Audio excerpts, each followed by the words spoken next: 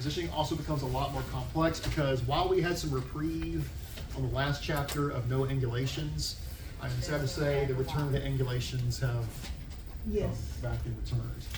We're gonna have angulations, different SIDs, different obliques. You can get that good old open mouth view. Have y'all seen that good old open mouth view on the job site? That elusive open mouth that every tech says they have the best method for, but it never works out for them very well. Y'all haven't heard that? I said my boy's the best way, it works every time, but then it misses it. I heard that yesterday. That happened yesterday? I mean, he got it, but He got it. yeah, it was not quick. It's actually a cool, it's a cool position because I always say to myself, way back in the day when they were discovering x-rays and coming up with these positions, who thought it would be a great idea to shoot through someone's mouth to see like a single part of a vertebrae? It's just kind of neat to me. Like, hey, if I shoot it through the mouth, I bet you I can see that adductoid tip from C2. I bet you it was somebody who was just playing around. You're probably not far off the truth. They're just playing around. So, all right, let's go to our first quote here, guys. And I'm going to ask y'all what y'all think about this quote here. So it says, basically, life, it simply isn't an adventure worth telling if there aren't any dragons in it. There's our J.R. Tolkien quote. What does that mean to you? Is that literally talking about dragons, or what is that? Let's think about allegory. What's that mean to you, where you are right now? Like, if there's not something cool, it's not fun to be at. I like that. Anybody else? Challenges, correct. Need a big fire, read an obstacle, or it won't be exciting, huh? What is y'all's dragon right now? Probably that big bad registry, right? School. But is your life worth living? Is it really an adventure if there isn't any adversity that you ever overcome? No, Really? it's No. boring. You know, It's like kind of the same thing. If I was going to work, it would be like the same thing, normal, coming home, taking my child, and then you do the same thing at work. I And think here that's it's like why- different things you're doing. I think that's why I chose like a medical field. I need some spice Is because like if I have an office job, it's the same paperwork, it's the same chair, it's the same outfits I wear. But like there's something different every day. there really is in this career. Something that's so Every fascinating exam is about this different, career. Like every patient's different. Every day is just there's days where I have 10 people and there's days where I have 40 people. So But I do encourage y'all guys, we're going to face tough times. We're going to face adversity. We're going to face our own dragons, so to speak, as we go through school and life. But it makes it a great adventure to share with others one day because you'll never believe how far you've come and you look back and see where you were before. When you, huh? I need some of Anthony's, what is it, juju, like, I need to see somebody's nipples fall off, come on, man. That's random. I actually got something from Anthony I'm going to share with y'all in 2 slides that he sent me yesterday. Oh, man. Speaking of Anthony. But no, guys, you won't believe 10 years from now when you look back and think that it's going to feel like a blur to you. Like we're sitting here in school, you won't believe how far you've come and all that you've overcome. It's all going to pay off and be worth it, especially if you keep applying yourself and working hard. You might be standing up here one day. I might invite you to say, hey, I want you to come talk to the class, and you might be telling everybody the same thing. Like, here's what I went through, here's where it led me to, here's where I am now. Because you want to share that with people, and you're going to be sharing that with, you're just coming into school. You're going to be sharing that with future students you'll be working with as well. And of course, you want to be that best example for them as well, impart your wisdom to them, which you'll have acquired by that point. So let's keep that in mind. Keep that in mind. Life really isn't an adventure unless you have some dragons you have to overcome. And we're all going to have to overcome some adversities as we go through all of our individual lives. I have had to slay many dragons in my life, I tell you. And, didn't realize it'd bring me where I am today, but when I look back, I'm thankful for all that I've faced and all I overcome because I found that dream career for myself, as we're all looking for. Because what I always say, when you find your dream career, it's something you love, and when you love what you do, you never work a day in your life. It's so important, guys. When you love what you do, you'll never work a day in your life. So find your specialty, find what you enjoy, find what you love. Yeah. Is it true that, when Dr. Black retires, you'll take over his position? Is that what everyone's saying? Yeah, that's what I heard that. Mr. Funk's ready to take this position. He wants to take over, like, whenever you move up, he wants to be, like, He can't have it. That's he's getting his master's. Oh my God, he's going for his master's. I honestly don't know if the opportunity was there. Yeah, I would.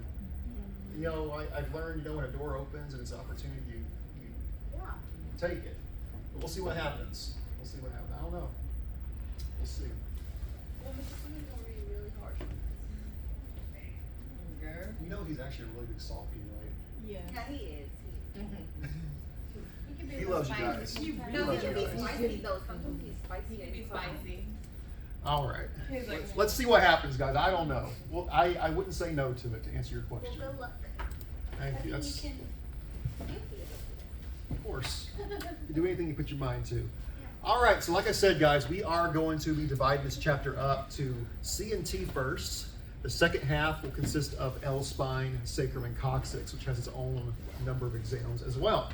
But before that, because we're talking about dragons, let me share something that Mr. Anthony Hernandez shared with me as a joke yesterday, but I found it kind of cool because I do have a special saying that I like to say to y'all a lot, and that being, there's a method to the madness. Y'all heard me say that? No, you There's a method to the madness. I say it a lot to seniors, but you know, he took it to heart and he put this together for me. Donna Tip, there's a method to the madness. that's funny. Yeah, back when I lived in the 1600s and I was fighting that war, you know, it's that's from my war days. So You make the funniest like Photoshop. he does. He does it to Fong. He does it to all of us. Yeah. He's always, Have you seen Braveheart? well, of course. It's a great movie. The one with something bad. Yes. All right, so let's start with the vertebral column as a whole, guys. We have 5 major divisions we're going to discuss over this chapter, that being the cervical vertebrae, the thoracic, the lumbar, and of course that sacrum and that coccyx. Now you'll see some numbers there. They're very important. There is a difference between the total vertebrae of a child and adult. It's at the very bottom. But in general, when we're adults, we have a total of 7 cervical vertebrae, 12 thoracic, of which there are 12 attachments to that. Y'all remember what we just went over? What else do we have 12 of? Ribs. 12 ribs attached to each of those 12 thoracic vertebrae. We have 5 lumbar vertebrae. As a child, we have 5 sacrum. It merges into 1. And then we, as a child, have 4 coccyx, and that also merges into 1 vertebrae as we grow older, and it ossifies. So that would be a total of 33 as a child, 26 as an adult. We were talking about the total spine. Total spine. Of course, what is housed inside that spine? Why is it so important? It's going to house that all-important spinal cord, which of course attaches to our brain, allows us to do everything that we do. Now, something to make note on the spinal cord, when we talk about the terminal end, which means the very end, the most inferior aspect of the spinal cord, it's what we call the conus medullaris. That's an important term to write down and remember. That's the terminal end of the spinal cord, the conus medullaris. Much to what people don't realize, it's actually found at the level of L1. The spinal cord does not go all the way down to your tailbone. It ends at L1. The terminal end of the spinal cord is called the conus medullaris. Conus medullaris. So it's inferior aspect or the tail end of the spinal cord. That's found at the level of L1. L1. By the way, you know, I just said the word tailbone. Please purge that from your vocabulary, even though I just said it, because we don't call it a tailbone, it's actually called a coccyx. When you fall on your bottom, you say, I cracked my tailbone, you actually cracked your coccyx. So we're not gonna use the word tailbone anymore. People will laugh. Laugh at me for what? Now, no, that's what most people use as layman terms, but we're beyond layman terms. We're gonna use the actual scientific terms. It's called the coccyx bone.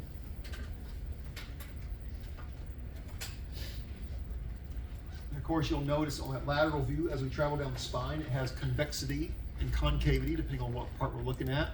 We'll further classify that and define those areas as well, what's convex versus what's concave. That's something else we need to make note of and make sure that we remember. Now, also a fun fact, I don't know if any of y'all realize this, y'all been doing some L-spine x-rays in clinic? There's a very rare occurrence where some people have 6 lumbar vertebrae. Yeah, I got a picture. You got one of I got a those? session. And typically they'll be a little bit more tall because they got an extra whole little block in there, making them taller. But that's a birth defect, but there's actually, as far as we know, no danger in having that. You can have 6 lumbar vertebrae. How often do you see that, sir? Super rare. Super rare. The What? session like you said, you saw one, you might see one of those as well. Huh? Go back. Mr. Donahue? Yeah. Does the vertebral disc in L4 and L5 like differ than all of the other? It does not. So the reason that is labeled is because it's a specific area that we want to look at commonly, where a lot of fractures occur. So you actually have an intervertebral disc between each vertebrae. This is where it gets complicated, guys. When we start labeling these parts, Jay just brought up intervertebral disc spaces. Between each vertebrae, you have an intervertebral disc space where that actual disc fits that cushions the vertebrae. When we label that, we always have to label it using the two vertebrae it's found between. So I'll have the intervertebral disc space of C1, C2, 2 and 3, 3 and 4, 5 and 6, 7 and T1, 1 and 2. Do you see what I'm doing there? Every label we have is going to consist of those two vertebrae meeting together where that intervertebral disc space is. When we start talking about the joints, they always consist of the two vertebrae coming together. So you have the 1 and 2, 2 and 3, 3 and 4. And that's where things start to get a little more complex on the labeling side. But I'm jumping ahead of myself here. We'll get to that one piece at a time. All right, so what is the main function of this vertebral column? As we're doing this semester, we're talking about the axial skeleton. So what's it do? It forms the central axis of the skeleton. It's also centered in that mid-sagittal plane and located in the posterior trunk. Your spine sits in the posterior aspect of your back. It does not sit in the anterior. That would be very awkward if your spine was on the front. It's found in the back. What is its three main functions? Like I already stated, of course, it's going to enclose and protect that very tender and vital spinal cord. It's going to support the trunk and the skull. And it's also going to provide for muscle attachments. The spinal cord is so very delicate, which is why we treat spinal injuries so serious. And as we'll learn, guys, we've stated before, anytime someone comes in with a C-collar or suspected spinal injury, we never want to move them. Why? If those vertebrae are fractured or out of place, they can actually cut the spinal cord in half as a shift. It's a very delicate area, something we take very seriously when it comes to our patients in the hospitals. Anytime once again you see someone that's have a suspicion of a spinal injury, a spine injury, you always want to handle them with absolute delicate care, be very careful, and typically you don't want to move them very much. You're just going to slide them as they lie. Do your cross tables, things like that. It's just too much of a risk of actually harming and severing that spinal cord. So we take it very, very seriously, especially the C-spine area, which is why they have the C-collars on. Keeps it in place, keeps it from moving. I saw a tech have the patient move it. And you did what? Yeah. I walked in when they were already having their. They had the exam patient done. remove the C-collar? Yeah, they were doing the x-rays, and then Oh, there was dear. a young girl, and at the end she had the mom put the collar back on. I was like, Oh my God, these the things some of these people are doing just hurts me.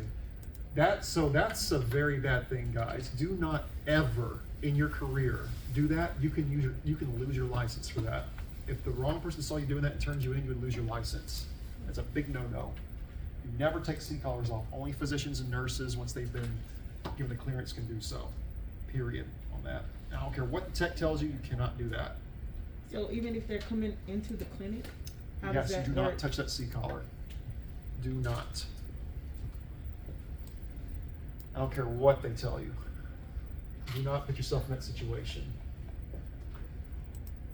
All right, so back to our numbers here, guys. So the vertebral column, in general, it consists of small, irregular bones. In fact, I said in general, they actually all are considered irregular bones on the classification. We have a total of 33 in early life, 26 as we become adults. Of those 26, 24 are what we call true movable vertebrae. In other words, we can flex them. I can go side to side, forward and back. When if I'm exercising, I'm doing this forward and back motion, I'm going side to side. I'm moving 24 of my 26 vertebrae. The two that are not moving are going to be the sacrum and coccyx. They stay in place because they're actually fused to that pelvic bone. So as those vertebrae fuse, by the way, from a child to an adult, those sacral and coccygeal segments are going to be what we call the false fixed vertebrae, just like we have the false ribs. They're the false fixed vertebrae. The sacral vertebrae fuse into the sacrum. The coccygeal will fuse into form the coccyx. And once again, at adult life, that's going to equal to 26 total vertebrae. So 33 as a child, 26 as an adult. 24 are movable, 2 are immovable.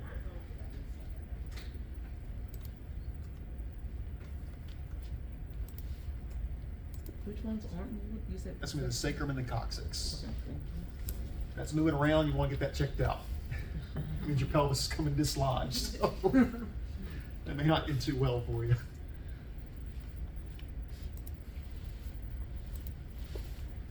Pronounce that word. Which one? I want to say it. I want you to say it. This one? Yeah. Coccygeal. Yeah. Say it again. Coccygeal. Coccygeal Kinda like it. and coccyx. Now, by the way, I will say, you know, especially when we start talking about positioning, I said we need to learn the word coccyx, but don't use that around your patients. Say tailbone, they know what that is. They're not gonna know what a coccyx is. You know, don't, be careful on that. Now, layman terms are okay with your patients, but as far as class, we use the scientific terms.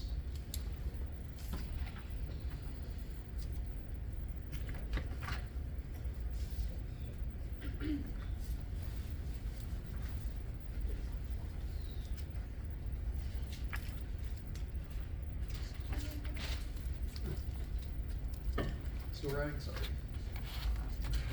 Sleeve is driving me crazy. What's wrong with it? It's like all bunched up on the left side. Bugging me.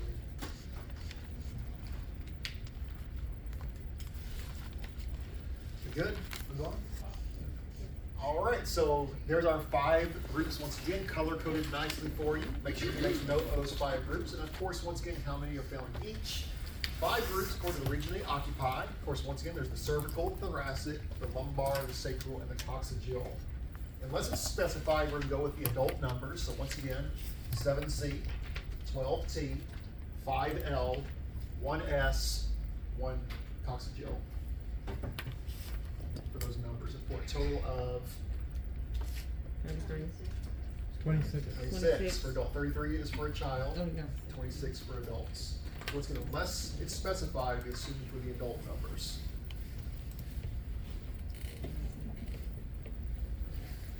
Yeah. Sacrum and sacral are both synonymous. Yes. Sacrum is just the unit together. Sacral kind of refers to the region, the sacral vertebrae. Same with coccygeal and coccyx. Coccyx is the whole bone. The region is the coccygeal region. So.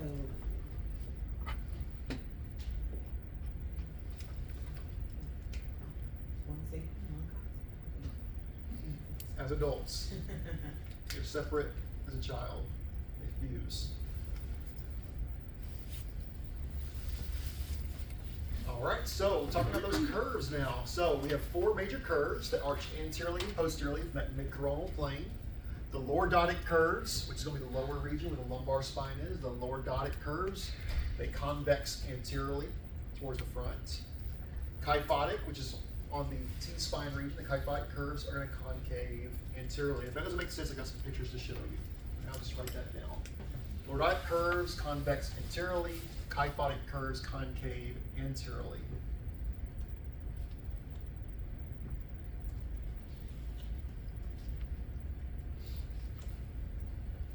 And that's just some further explanation of what it's talking about in the text. We're going to look at those curves via some pictures here as we move on and show you what I'm talking about. So your spine is not straight. A lot of people think their spine is supposed to be like super straight. Of course, we do have some deformities such as scoliosis where it will go side to side or too far forward, too far back. But in general, the spine does have a natural curvy shape to it to allow that maneuverability, that flexibility. I think there actually is a condition where the spine is super straight. It's actually a bad thing. Like super straight. I've seen that in a couple of kids before. Like they can't move, almost like their spine's fused in a straight line, and they're really stiff. They can barely move. Yeah.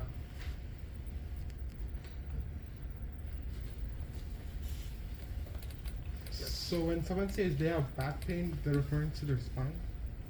Well, not necessarily, because a lot of back pain is actually muscle pain. Muscle You pain. know how many muscles you have in your back? Mhm. A lot of the spine pain they claim is actually just the muscles aching. Muscle pain. Or it can be nerve pain. The nerves can be damaged. There's all kinds of different back injuries. It's actually quite hard to break your back. It's meant to absorb a lot of impact, actually. accidents usually where the worst are gonna occur, yeah. Oh, sorry. That's great.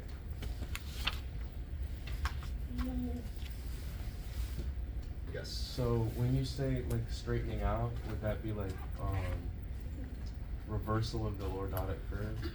Essentially, yes. Okay. You want that curve to be there. It's ideal. Hand on my neck. All right, so here we go, guys. We're gonna go through each region once again. It's gonna tell you what kind of curve it has. Make sure you know this. Each curve is named for the region it's in. Your cervical area, that's a lordotic curve, and it's convexing anteriorly. See how it's kind of bending forward towards the front? That's a convex of anterior motion. That's that cervical curve. And they alternate, if you look closely, guys, they alternate back and forth. We go to the T area, it's a kyphotic curve, and it concaves anteriorly. In other words, this region's protruding towards the back. It's concaving anteriorly. It's always anterior, by the way, whether it's convex or concave. Lumbar, we back to the lordotic curve. It's convexing anteriorly. And then we end with the pelvic area, that's another kyphotic curve, and it concaves anteriorly. So when I say convex, we're just looking at the posterior region. Convex means that it basically curves inward, like we're seeing right here. Concave means that it goes the opposite direction. It's going to cave backwards. Convex, inward, concave, backwards. Inward, backwards. You'll see how it alternates? So it's like a big S, the way your spine's actually shaped. It's back and forth. Lordotic curve, kyphotic curve. Lordotic curve, kyphotic curve. Now, of course, we have abnormal conditions, and we'll talk a little bit more about this specifically as we move on. Scoliosis, that's going to be the abnormal lateral curvature of the spine. Kyphosis is going to be that increased kyphotic curve, which will be this area right here, guys. So someone who has like a humpback, like a hunchback, which is a real thing, that's going to be a kyphosis, condition of kyphosis. That's specific to the T-spine. Scoliosis can occur basically all the way from the T to the L region, that lateral curvature. And there are some extreme cases of scoliosis, especially if you ever work in pediatrics. One thing in pediatrics, and I'll show you all some pictures of this, is it's always good, especially if you have a young child and you suspect they have scoliosis, to get it checked out early, because the bones are still forming, there's a lot of cartilage, and they can get that fixed pretty easily as a child compared to an adult when it's all fused together. If you've never seen a spinal surgery, they're quite complex. You go to a pediatric facility, you'll do a lot of spinal surgery. They can be all-day cases where they're putting bars and screws in the spine to straighten it out. And you gotta be there with that C-arm all day, helping guide them on that spine, because why? Dangerous area to work with because of the spinal cord. They make one little mistake, that screw can go into the spinal cord and paralyze the patient. So very, very delicate surgery. Yes? Do you know if those, like the screws and stuff, do they take them out later on, or are they in there? It depends on the severity. I've seen them remove screws as the spine forms the natural shape. I've seen some where they've had those screws in for like years into their adult life. They become like lifetime patients typically at a pediatric facility where they're getting checked periodically. It just depends on the severity. I don't know if y'all seen some severe scoliosis patients, but some are so severe that like basically the spine is so curved, like the body's like folded on top of itself. And if you look at an x-ray, their lungs are actually like squished by the spine. So their quality of life is just really, really bad. And they'll do a lot of those in pediatrics. There's a lot of scoliosis patients. Did you watch Grey's Anatomy? Wasn't my cup of tea. There's a patient and she has scoliosis, I think, but she's like all the way fixed. It's all the way fixed. And that's real. That is real. I'll show you some pictures of it here in a little bit. But once again, guys, just reiterating the same point. Scoliosis, that's a condition of abnormal lateral curvature. That's lateral curvature only, not frontwards and backwards. Kyphosis is going to be an increased kyphotic curve on the upper back in the T-spine area. Now, this would be an example of a typical scoliosis patient where it's going both directions in that classic S shape. And just look at this. This is the patient standing up straight. I mean, you don't even need to see the legs. You can imagine how probably one leg's shorter than the other. They're walking lopsided. And you can imagine after years of not getting that treated, how that can really compromise your joints, your bones, your muscles, and just really mess you up if you don't get it fixed early. And this is an older patient. This is like a teenager. So the chances of fixing this are much less than if they went in as a child and had been working on that from an early life. But that's showing you once again there, guys, your typical scoliosis, side to side. Kyphosis is going to be that hunchback. And there's also an even rarer condition that we call lordosis. That's what we call sway back, where the belly protrudes and they move forward like this. It's like a reverse hunchback. So can you see it, like, if your child is like kind of like or something? If it's severe, yes. Sometimes scoliosis is quite subtle. It's very, very small. My wife has very slight scoliosis in her T-spine, but it's not enough that it And you can messes anything up. It's just very slight. She still has quality of life. She still stand up straight. It's never affected her or gotten worse. Yes. Is that why in like school back in the day they would have you take Yes, off it your is. shirt? Y'all remember that in school? Yeah. We got to, yeah, that's why they check it when you're not, well, they should be in elementary school, because if they see something abnormal, they want to get that fixed while you're still a child. Oh, okay. That's it. So this is more like my wife's right here, guys. It's just very slight. But when it comes to this level, that's going to be the more abnormal one. That quality of life is going to start being compromised because it's going to be harder to walk, harder to move around, lay down, whatever. That's when it just becomes so severe that they use some surgical apparatus to help straighten out that spine. And there's just another closer look, guys. Scoliosis side to side, kyphosis is the hunchback, lordosis is that sway back. Hunchback of Notre Dame, that was a real condition, not just a made up character. There really are hunchback people. So scoliosis goes side to side. Scoliosis side to side or lateral. Kyphosis is the back protruding. Lordosis is the lumbar spine protruding anteriorly. Yes. Or that's just. That's just kind of yeah. I mean, good posture is good because you can just become hunched over naturally. Doesn't mean your spine is necessarily hunched over. Just your posture's bad. Yeah. All right, so to show y'all some examples here of what some of the severe scoliosis and kyphosis looks like, this is the kind of stuff I used to see all the time at Texas Children's. If you ever go into pediatrics, it's what you can expect to do a lot of x-rays of. So there's just a typical scoliosis series x-ray. Have any of y'all done these in clinic? Scoliosis series? So the way a scoliosis series will typically work, it's an advanced algorithm on your x-ray machine, which will take a series of x-rays. This is 2 x-rays that have been taken and fused together. So it's a special software program where it will take a series of x-rays and then stitch them together through what we call partitioning. So this is basically one 14 by 17, another 14 by 17, and the computer fuses them together into one long image. So that's something that you'll do on your scoliosis series. This is showing you someone who had very severe scoliosis, teenager, and then what they did to fix it over here. All the screws and the bars. This is probably almost a 20-hour surgery right here, by the way.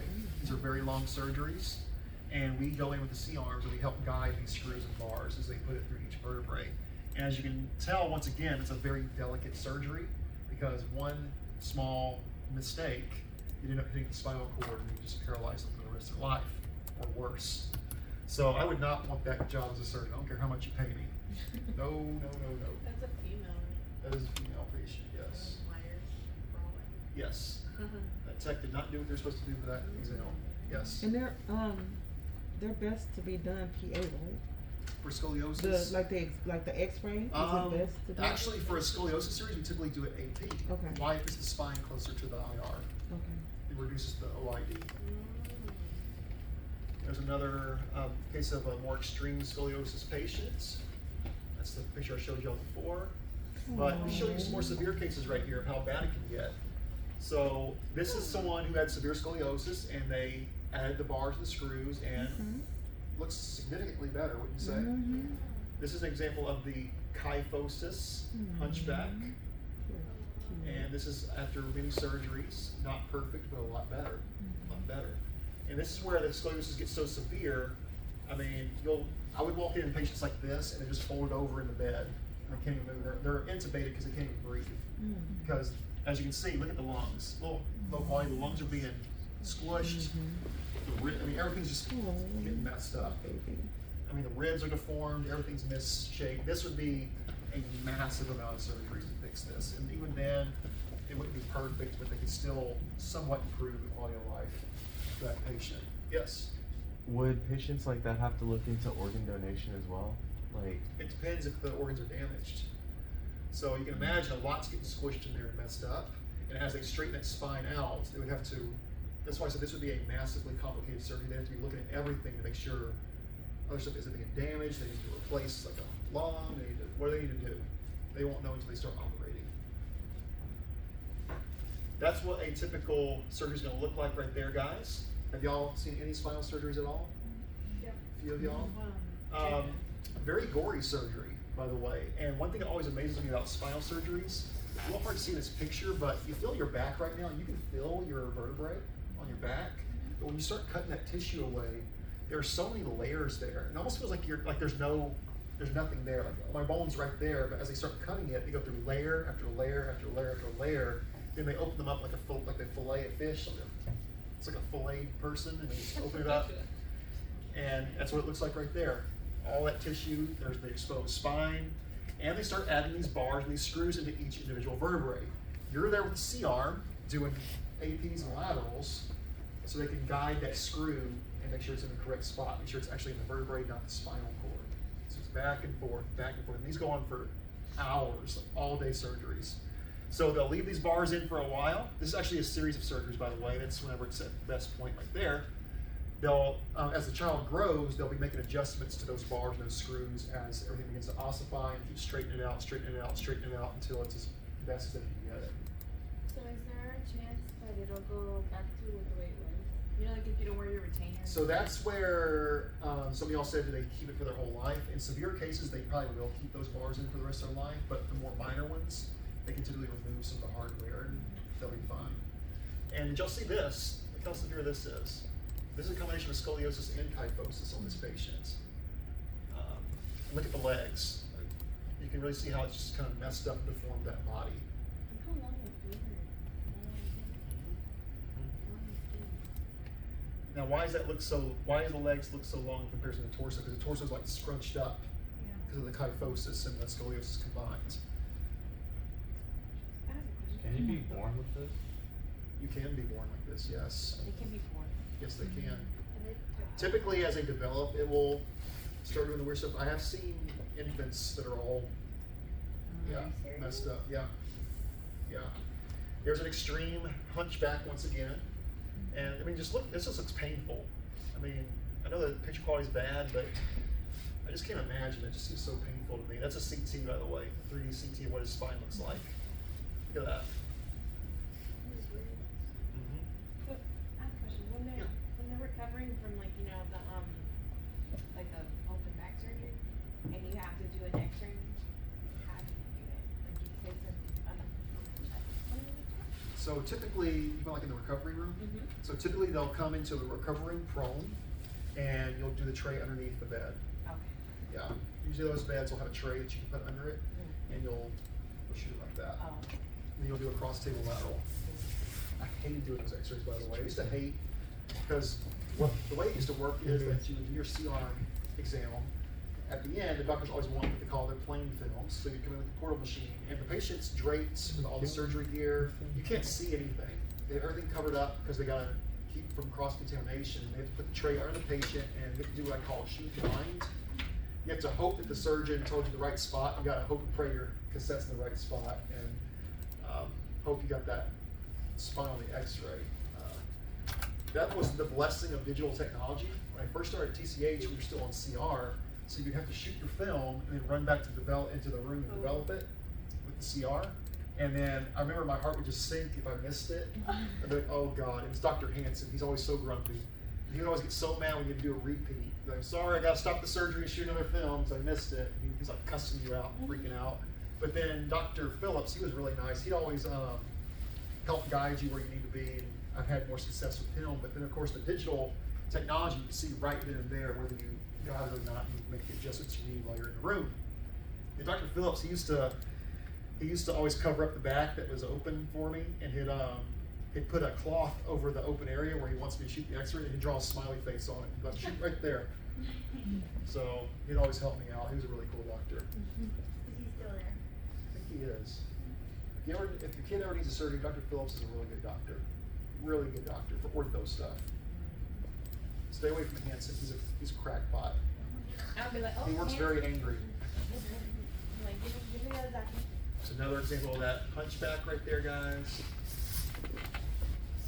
And that's it. Yeah, that's where we're gonna stop today, guys. Well, I'm sorry. Let me just do this last slide, and we'll stop here today.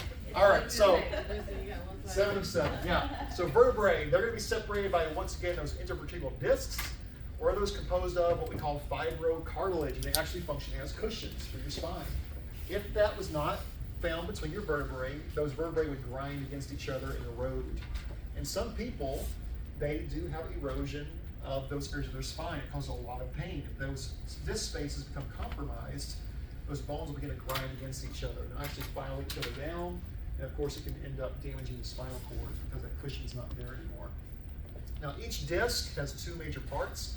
And y'all know I love my words. One of my favorite words is found in here. First off, we're going to talk about the annulus fibrosus. That's the outer fibrocartilaginous disc. The disc has an outer layer, and it has an inner layer with an actual nucleus area, like a cell. And that's my word that I love, the nucleus pulposus. That's just a fun word, nucleus pulposus. Talk about nucleus pulposus for your family. They'll probably think you're going crazy, but that's going to be the central soft mass of that disc. And that pulposus can actually cause a condition called a herniated nucleus pulposus, where it will protrude outward, causing a lot of pain. And that's what you've heard people talk about when they say they have a split disc. That's a herniated nucleus pulposus.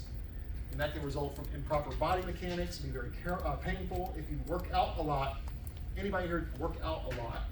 That's why posture and care is very important, because if you're lifting weights incorrectly, you can cause an HNP or herniated nucleus pulposus if you bend your body the wrong way or put too much strain on it. You can also cause other issues on that subject, such as hernias, which you do not want to have. But be very careful when you're exercising, make sure you're doing it correctly. It can cause a lot of damage.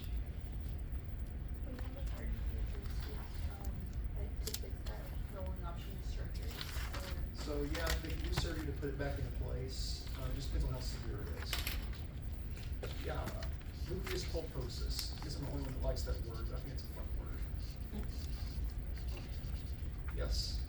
This doesn't have to do with the disc, but you know, my mom works at Methodist as a sonographer. She said, I think it was last week, there was a young, you know, probably in his like mid-20s. He just started working out, and something happened where one of the arteries, veins up near like the clavicle, like the first rib, like I guess ruptured or burst or something. Cause she was like, you know, scanning it, and when she saw it, she was like, "That's not good." How much was he strained? And yeah, I don't know, but she said that basically, cause he just came in by himself, and that he had to call his parents because they were like, we have to put you in surgery like right now, and they had to remove his first rib.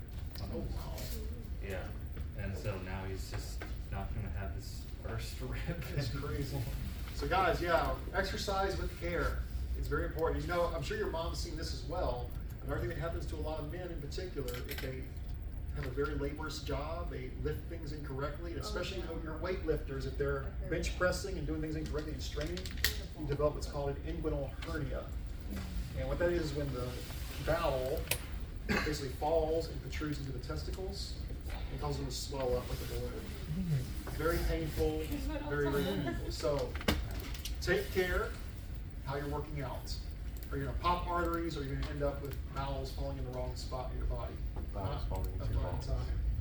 That what you're just talking about, it happened to my boyfriend's little brother. He screamed so loud, like I don't know, he screamed so loud, and then when his mom was changing his diaper, she noticed that something was off, so she took him to the doctor, and they did that, they did an ultrasound, and they said that. He was a baby? Yeah, he was like 2, he screamed so loud, like. Very painful. All right, guys, that'll do it for today. Thank y'all. We will pick back up on Friday. We'll start getting the actual bony anatomy for our CNT spine.